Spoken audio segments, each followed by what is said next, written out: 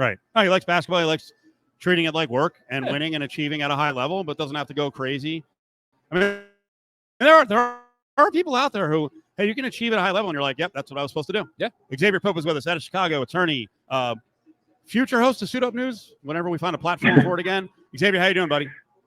Pretty good. How y'all doing? I'm mad. I'm very mad. I don't mean to open the interview like this, but I haven't said a lot about the A's and the vote, and I'm not going to say a lot this week. But John is here, and he wants to discuss it. But we did get into what was going on with the billionaire welfare with John Fisher, and while they were pretty much embarrassed in both the Assembly and the Senate, they took a little time. People talked behind the scenes, and they got the yes vote. So they're coming unless baseball does something crazy and says we're not going to take free money. They're coming, and you called it. I called it last week. I said no matter which side of the aisle it's going to get together, corporate welfare seems to be supported by both political parties. It's the weirdest phenomenon in capitalism. And you had Rob Ranford leading out being the leading spokesperson for a team going to Las Vegas. Just pretty much, and then not even telling the truth about what a proposal that Oakland put forth, and they didn't do anything. Now that's taking backlash in that city. It's really despicable that the billionaires, with rising franchise values across professional sports, billionaires don't need to be made more rich at the expense of fans who are clinging onto sports and feeling like if they don't pony up the tax dollars, that teams are going to win. I really don't. Xavier, I'll be honest with you. I don't even know if I have a question for you. It's just really, you know what I mean? Like, it's just frustrating when you watch, like, I will call out one of the senators by name. Fabian Doñate has all of these tough questions about entertainment tax, about the homeless in his district. He uses one of the bars in his district as a story. Hey, they pay the entertainment tax. Are you? He makes all of this grandstanding, empty questions and then ends up voting yes. Like, that's the stuff that irritates me. To do that, to put on a show, and then to end up voting yes when you get no resolution to the questions that you're asking. Well, he did. No, they came up and they satisfied those questions, but for some reason, the $380 million up front and the tax savings on the back end, which will be in excess of $1 billion, that became a minor issue because he got a couple of his wishes. Of course. So, and like all of this, and then to do it when the city is celebrating the championship for the Vegas Golden Knights. Yeah. And all of that noise to say, oh, by the way, we passed this. It's on to the next round. Like, that's I thought it was gross just watching the entire thing.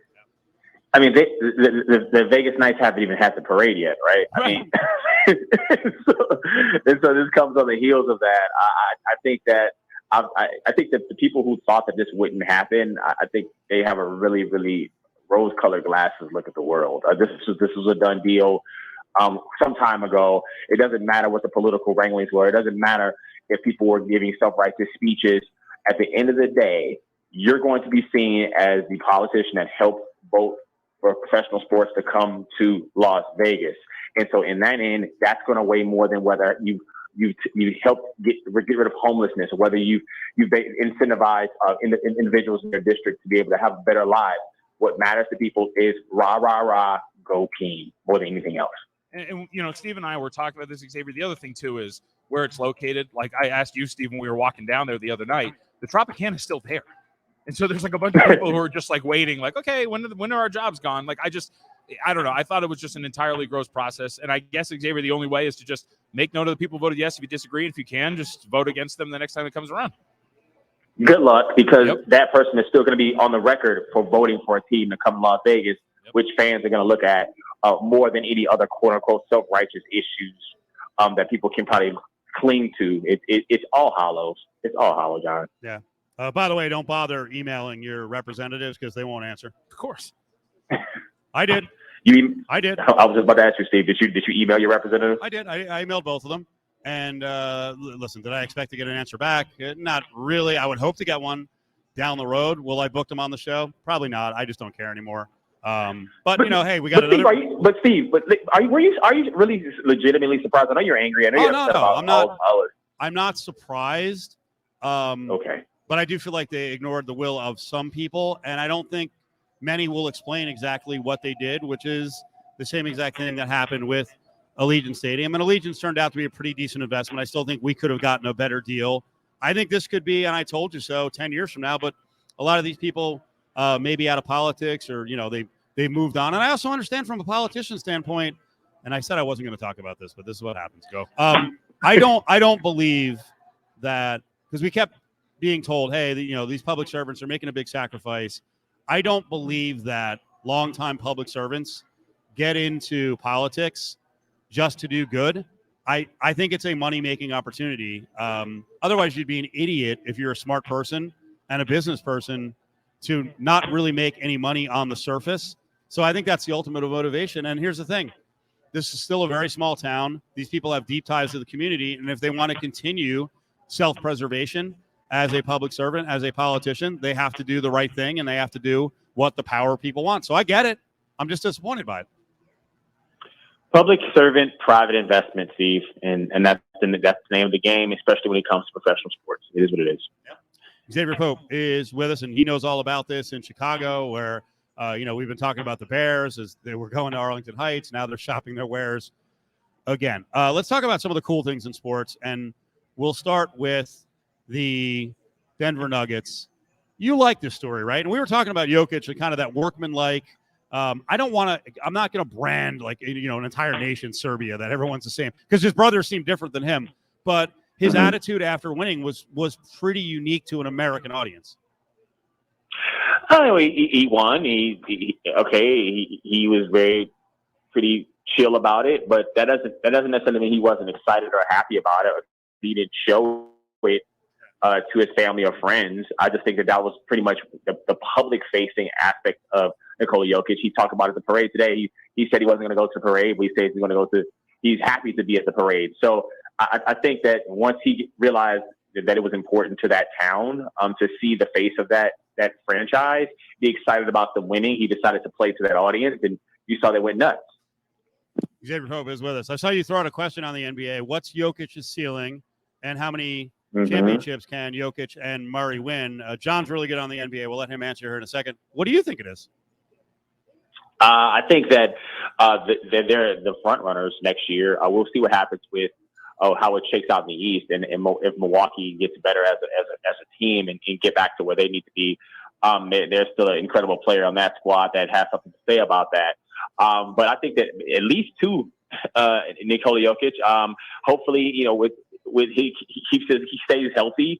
But this looks like a team that I don't think a lot of people are talking enough about this. Right. The Denver Nuggets dominated the playoffs, unlike few teams we've ever seen in the history of the NBA.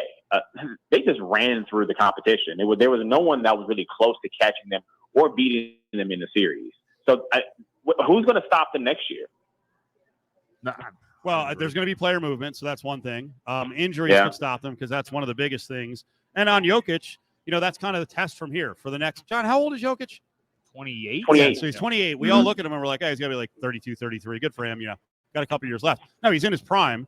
He could be really good for 5-6 more years. I think he can go down, with championships if he has multiple and these numbers as a top 5 center of all time. So I think that's his upside. But the NBA is one of the best leagues out there now. I don't know if people love it because there's no Goliath to take down, but I think it's going to be balanced for a long time. So the Nuggets it's going to be tough to win more titles. It's a very balanced league.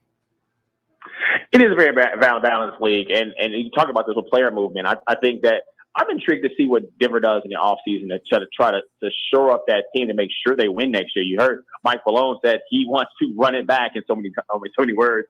So they are definitely lining themselves up to win the championship next year. So I'm intrigued to see what pieces they make to make them a more formidable squad in 23-24. Yeah, that's a cool thing for him. The only guy that they have to worry about is Bruce Brown, who's got a player option. He can make a lot more money on the open market. Everybody else under contract. Wow. So Okay. They're going to be ready. All right, there you go. Hey, Exavier, I wanted to close on a TV note. They did a really good golf reality show, especially as Liv and the PGA battles were going down. They're going to do, at least Netflix is going to do something on NFL quarterbacks. Both John and Damon are really fired up to watch this. You?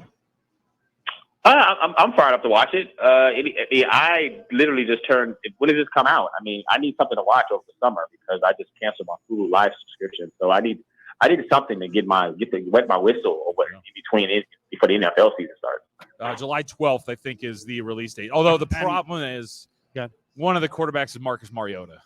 Oh, another one is Kirk Cousins, which I'm actually he's the kind of fascinated by. Is Mahomes in it? Yes. Oh boy. Yep.